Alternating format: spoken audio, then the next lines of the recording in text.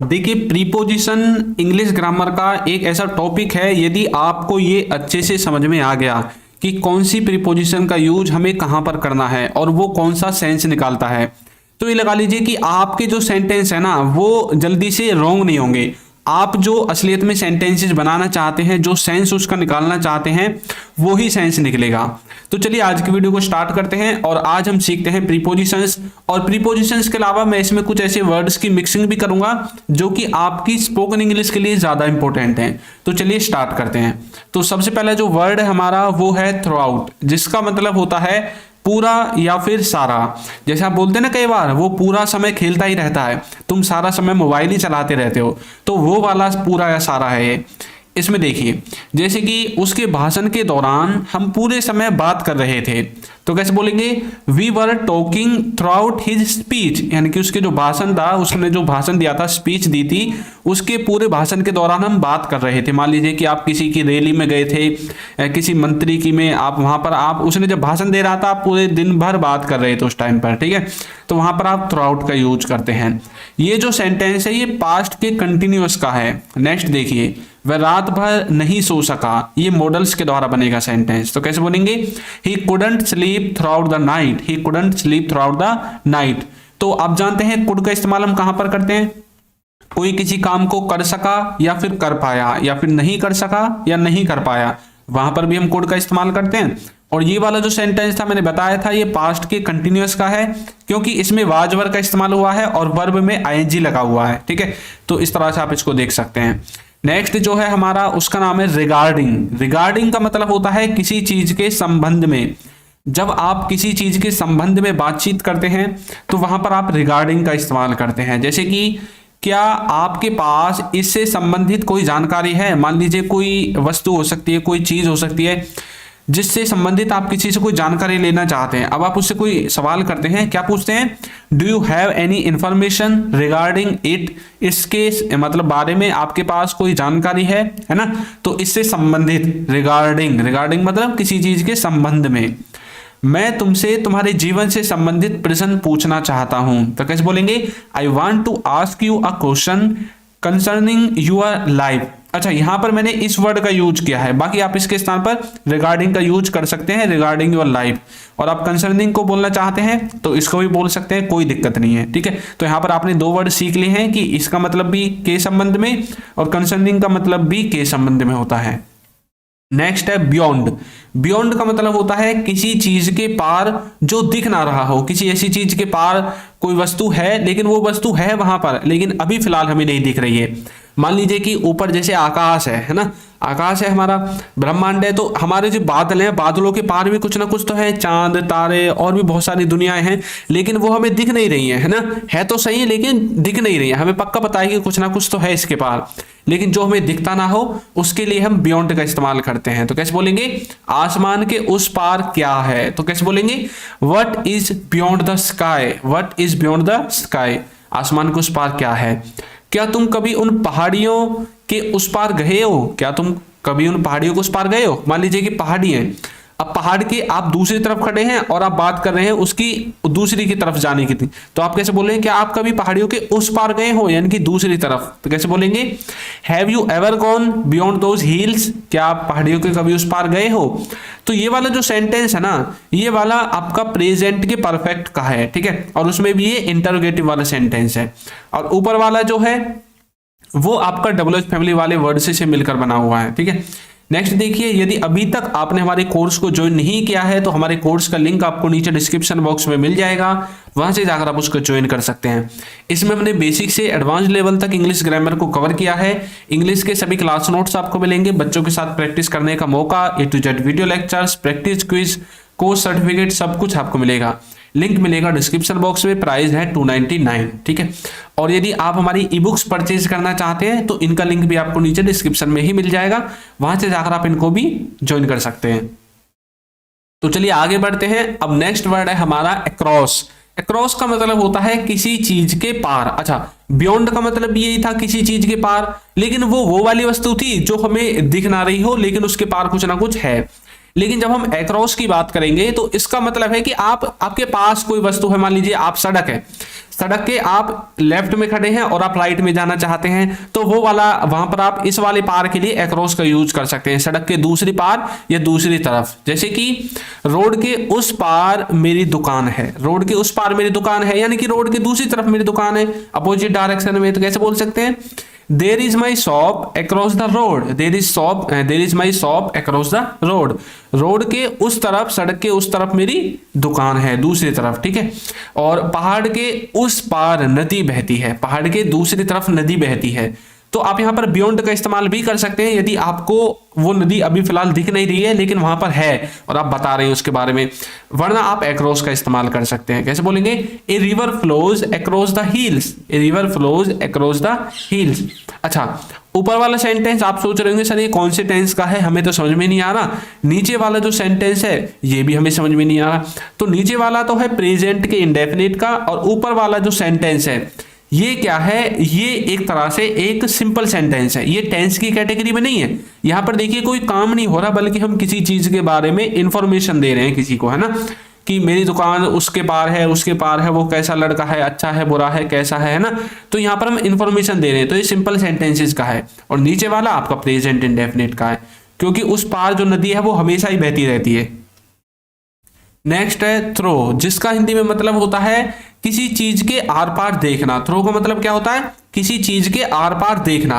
अब जैसे मान लीजिए आपके घर में जो वाटर लाइन है उसमें आप पाइप का इस्तेमाल करते हैं ना, पाइप में से ही तो पानी आता है, और यदि आप पाइप के छोटे से पीस को लेंगे तो आप उसमें से आर पार देख सकते हैं, है ना।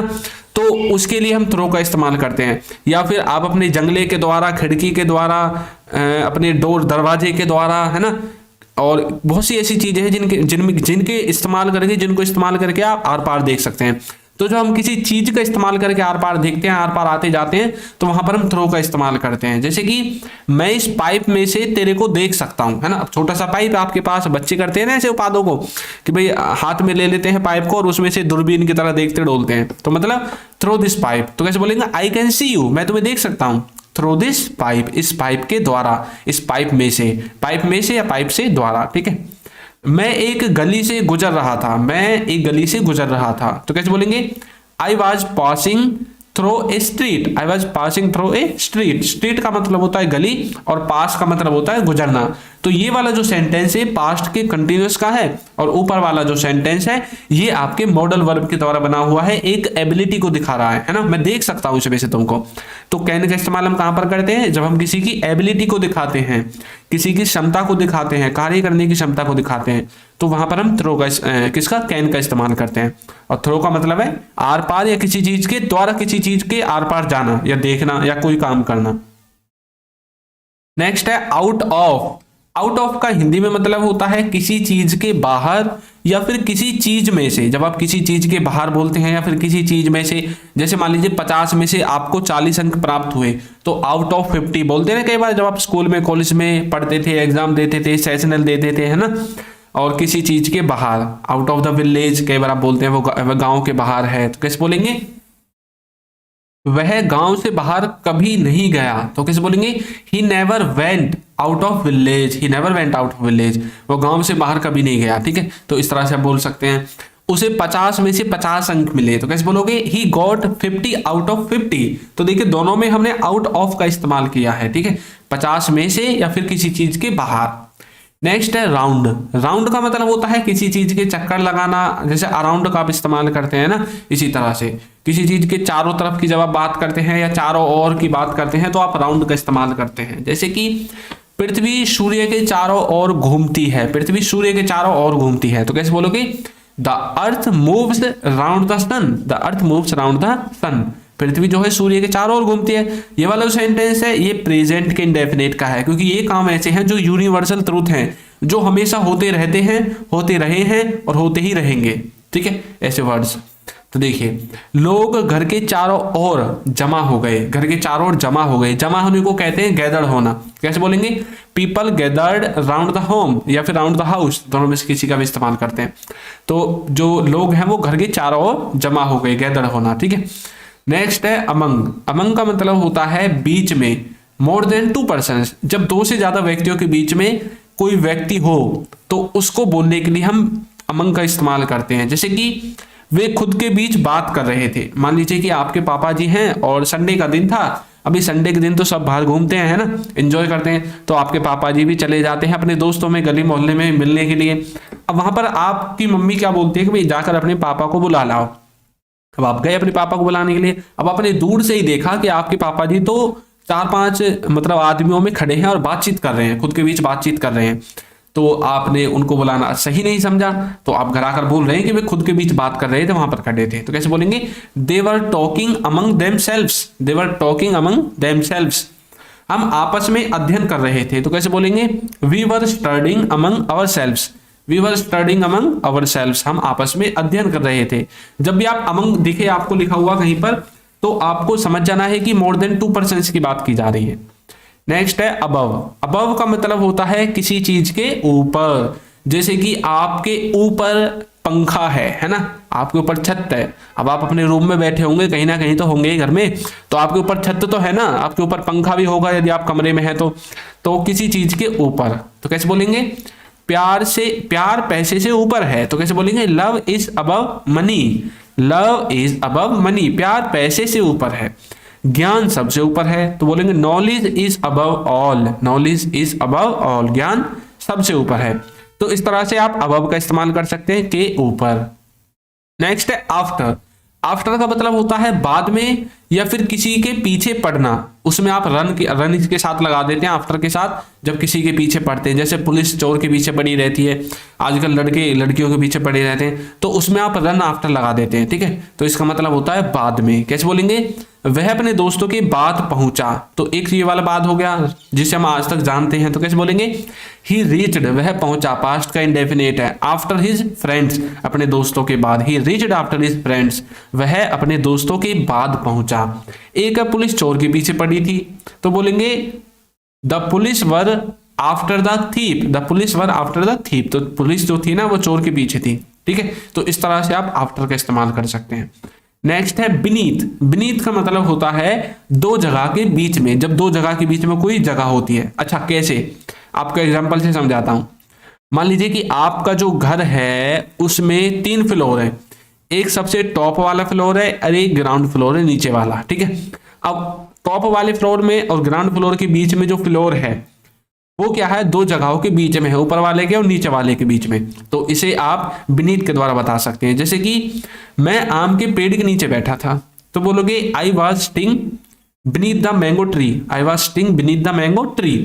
मैं आम के पेड़ के नीचे बैठा था। अब ये सर बीनीथ कैसे हुआ? ऊपर तो हो गया आपका आम का पेड़ और नीचे हो गई धरती। अब उन दोनों के बीच में आप हो ना, तो इसलिए बीनीथ का इस्तेमाल हमने यहां पर कर दिया। नेक्स्ट है अपोजिट। अपोजिट का मतलब होता है ठीक सामने, दूसरी या फिर उल्टी तरफ। अपोजिट का मतलब क्या होता है? जब हम विपरीत दिशा की बात करते हैं, उल्टी तरफ की बात करते हैं, दूसरी तरफ की बात करते हैं, तो वहां पर हम अपोजिट का इस्तेमाल करते हैं। जैसे कि खेल का मैदान तुम्हारे घर के सामने है। अच्छा, घर के सामने मतलब घर के अपोजिट डायरेक्शन में है। घर के सामने का मतलब यही तो है। मान लीजिए एक रोड है, रोड के लेफ्ट में आपका घर है, तो उसके सामने यानी कि राइट में आपका खेल का मैदान है, प्लेग्राउंड है। तो मतलब वो अपोजिट डायरेक्शन हुई। तो कैसे बोलेंगे? The playground is opposite your house. The playground is opposite your house. उसकी गाड़ी स्कूल के सामने खड़ी है। तो कैसे बोलेंगे? His car is parked opposite to the school. His car is parked opposite to the school. उसकी जो गाड़ी है वो स्कूल के दूसरी तरफ खड़ी है, स्कूल के सामने खड़ी है, विपरीत दिशा में, है ना, दूसरी तरफ। नेक्स्ट है फ्रॉम। फ्रॉम का हिंदी में मतलब होता है किसी जगह से, किसी समय से या किसी स्रोत से। स्रोत मतलब सोर्स। ठीक है, तो कैसे बोलेंगे? मैं अगले सप्ताह से अपना काम करूंगा। मतलब समय की बात की जा रही है। फ्रॉम नेक्स्ट वीक, है ना, I will start my work from the next week. मैं अगले सप्ताह से अपना काम स्टार्ट करूंगा। मैंने ये जरूरी जानकारी गूगल से ली। गूगल से ले ली मैंने ये जरूरी जानकारी। किसी ने मुझसे पूछा भाई तूने कहां से ले ली जानकारी, मैं बोल दूंगा I got the required details from Google. Google से मैंने ये जानकारी खोज ली, एक्वायर्ड कर ली है ना। इस तरह से आप किसका इस्तेमाल कर सकते हैं? फ्रॉम का इस्तेमाल कर सकते हैं। नेक्स्ट है ऑफ। एक ओ एफ वाला ऑफ होता है, एक ओ डबल एफ वाला होता है। ये जो डबल एफ वाला होता है ना, इसका मतलब होता है कि आप किसी वस्तु को किसी दूसरी वस्तु से अलग कर रहे हैं। जैसे पेड़ से पत्ता टूट कर नीचे गिर गया तो ऑफ का इस्तेमाल करेंगे, है ना। किसी से या किसी सतह से अलग होना। देखिए कैसे, मैंने लैपटॉप डेस्क से उठाया, इसका मतलब क्या है कि आपने लैपटॉप को डेस्क से, मेज से अलग कर दिया। तो बोलेंगे आई पिक्ड हिज लैपटॉप, मैंने उसका लैपटॉप ऑफ हिज डेस्क, उसके डेस्क से उठा लिया। वहां से प्लेट हटा दो, यानी कि प्लेट को ऑफ कर दो वहां से। तो बोलेंगे move the plate off from there, move the plate off from there. Next over, over के ऊपर तो मैंने एक स्पेशल वीडियो बना रखी है जिसमें मैंने ओवर हेयर, ओवर देयर, है ना, ओवर टाइम, इन सब के बारे में बता हुआ है। यदि आपको ओवर के बारे में और अच्छे से डिटेल से सीखना है तो आपको इसका जो वीडियो है वो कैसे मिलेगा, आपको गूगल पे सर्च, गूगल पे नहीं यूट्यूब पे सर्च करना है over by Chintu sir, use of over by Chintu sir, या फिर इंग्लिश विद चिंटू, आपको वीडियो मिल जाएगी। ठीक ऊपर, जैसे कि यह गेंद सिर के ऊपर से निकल गई, तो बोलोगे this ball went over my head, this ball went over my head. अच्छा, के ऊपर का मतलब क्या होता है यहाँ पर, मतलब ओवर का मतलब क्या है, रियल मीनिंग क्या है इसका? तो इसका रियल मीनिंग ये है कि जब कोई चीज किसी दूसरी चीज को बिना छुए उसके ऊपर होती है या ऊपर से निकल जाती है, वहां पर हम ओवर का इस्तेमाल करते हैं। अब जैसे ये बॉल है, इसने मेरे सिर को छुआ नहीं लेकिन मेरे सिर के ऊपर से निकल गई, है ना, तो ये ओवर आएगा। यहाँ पर हमारे सिर के ऊपर छत है, कोई चीज तो है हमारे ऊपर लेकिन हमें छू नहीं रही है, तो बोलोगे we have a roof over our head. ठीक है, इस तरह से आप बोल सकते हैं। या फिर आप देखते हैं कि जो नदी होती है, रिवर होती है, उनके ऊपर एक ब्रिज बना होता है, पुल, पुल जिसे आप कहते हैं, तो वो पुल क्या करता है, वो नदी को छूता नहीं है, उसके पानी को नीचे छूता नहीं है और उसके ऊपर से निकल जाता है ना, तो ओवर का इस्तेमाल करते हैं। जैसे there is a bridge over the river, है ना, वहां पर एक पुल है नदी के ऊपर, इस तरह से। नेक्स्ट है सिंस, जिसका मतलब होता है से, किसी समय से, ये किसी निश्चित समय को दिखाता है। निश्चित समय का मतलब है जो समय निश्चित हो, जो एक बार ही आता है। अब जैसे सुबह, शाम, दोपहर, 24 घंटे में एक बार ही आएंगी, एक बार ही रात आएगी, है ना। अप्रैल पूरी साल में एक बार आएगा, मई पूरी साल में एक बार आएगा। कोई भी डेट हो, जैसे 15 तारीख, 20 तारीख, 25 तारीख, पूरे मंथ में एक बार आएगी। जन्मदिन एक बार आएगा, है ना। तो ये सारी चीजें सिंस के द्वारा बताई जाएंगी क्योंकि ये निश्चित है, इनको एक टाइम ड्यूरेशन के बाद ही दोबारा आना पड़ेगा। ऐसा नहीं है आज भी 15 तारीख है और 2 दिन रुक के फिर 15 तारीख आ जाए, ऐसा तो कभी नहीं हो सकता ना। तो इसलिए यहां पर सिंस का इस्तेमाल करते हैं। कैसे बोलेंगे, मैं दोपहर से लिख रहा हूं, तो बोलेंगे I have been writing since afternoon, I have been writing since afternoon. वह रविवार से काम कर रहा है, तो बोलेंगे he has been working on it since Sunday, Sunday से वो काम कर रहा है। अच्छा, रविवार भी तो एक बार आता है ना पूरे वीक में, है ना, तो इसलिए हमने इसमें सिंस का इस्तेमाल कर दिया है। नेक्स्ट है बिफोर। बिफोर का मतलब होता है पहले या फिर सामने। जैसे कि मेरे जाने से पहले वह आ जाएगा, तो बोलेंगे he will come before I leave, he will come before I leave. अब मैं आपके सामने बोल रहा हूं, now I am speaking before you, now I am speaking before you. अब मैं आपके सामने बोल रहा हूं। नेक्स्ट है बाय। बाय का मतलब होता है द्वारा या फिर से, किसी वाहन से सफर करना, वहां पर आप बाय का इस्तेमाल करते हैं। घर की सफाई नौकर द्वारा की जा चुकी है, तो बोलेंगे the house has been cleaned by the servant. Servant का मतलब होता है नौकर, क्लीन का मतलब होता है साफ करना, हाउस का मतलब होता है घर, तो घर की सफाई सर्वेंट के द्वारा की जा चुकी है। The house has been cleaned by servant. मैंने हवाई जहाज से यात्रा की, तो बोलेंगे आई ट्रेवल्ड बाय एरोप्लेन। किसी चीज के द्वारा या किसी चीज से, है ना, वहां पर आप बाय का इस्तेमाल करते हैं। नेक्स्ट है विद। विद का मतलब होता है से या फिर साथ, किसी चीज से या फिर किसी चीज के साथ। मैंने गेंद को बल्ले से मारा, तो बोलेंगे I hit the ball with a bat, I hit the ball with a bat. हम आपके साथ रहेंगे, तो बोलेंगे वी विल बी या फिर we will, we stay with you. We will be, will be का भी आप इस्तेमाल कर सकते हैं या फिर डायरेक्ट स्टे का इस्तेमाल भी कर सकते हैं, कोई दिक्कत नहीं है। We will be with you आप बोल सकते हैं, या फिर वी विल, सॉरी विल नहीं लगाना, वी स्टे विद यू भी आप बोल सकते हैं। आप विल बी में से या स्टे में से एक का इस्तेमाल करेंगे, we will be with you या फिर वी स्टे विद यू, ऐसे, ठीक है। नेक्स्ट है एट। एट एक ऐसी चीज है जो कंफ्यूज करती है बच्चों को, लेकिन एट आज के बाद आप कभी नहीं भूलोगे। देखिए यहां पर क्या है, किसी निश्चित समय पर, जब आपको एक फिक्स टाइम बताना हो तब आप एट का इस्तेमाल करते हैं, या जब आपको एक पर्टिकुलर लोकेशन बतानी हो, एक छोटी लोकेशन बतानी हो, तब आप एट का इस्तेमाल करते हैं। जैसे छोटी लोकेशन कोई दुकान हो गई, कोई मार्केट हो गई, कोई बस स्टैंड हो गया, कोई एयरपोर्ट हो गया, ये सब छोटी लोकेशन है। कोई स्कूल हो गया, आपका घर हो गया, ये सब छोटी लोकेशन है, वहां पर आप एट का इस्तेमाल करते हैं। जैसे कि वो 5 बजे पैदा हुआ, मतलब यहाँ पर एक फिक्स टाइम बताया गया है, तो कैसे बोलेंगे he was born at 5, he was born at 5। मैं हवाई अड्डे पर हूं तो बोलेंगे I am at the airport, I am at the airport. कई बार आप बोलते हैं ना मैं घर पर हूं, आई एम एट माई होम, है ना। मैं मार्केट में हूं, आई एम। यदि आप मार्केट में किसी शॉप को बताना चाहते हैं तब आप एट का इस्तेमाल करेंगे, आई am at the shop of garments, या फिर आप जो भी शॉप है जहां पर भी खड़े हैं वहां पर आप ऐसे बोल सकते हैं, ठीक है, एट का इस्तेमाल करके। तो हमारा जो कोर्स है लिंक आपको नीचे डिस्क्रिप्शन में मिलेगा, वहां से जाकर आप इसको ज्वाइन कर सकते हैं। तो आपको ये वीडियो कैसी लगी है जरूर बताइएगा, और यदि अभी तक आपने हमारे चैनल को सब्सक्राइब नहीं किया है तो चैनल को सब्सक्राइब कर दीजिए, वीडियो को लाइक कर दीजिए और एक अच्छा सा कमेंट करना बिल्कुल ना भूलें। Thank you.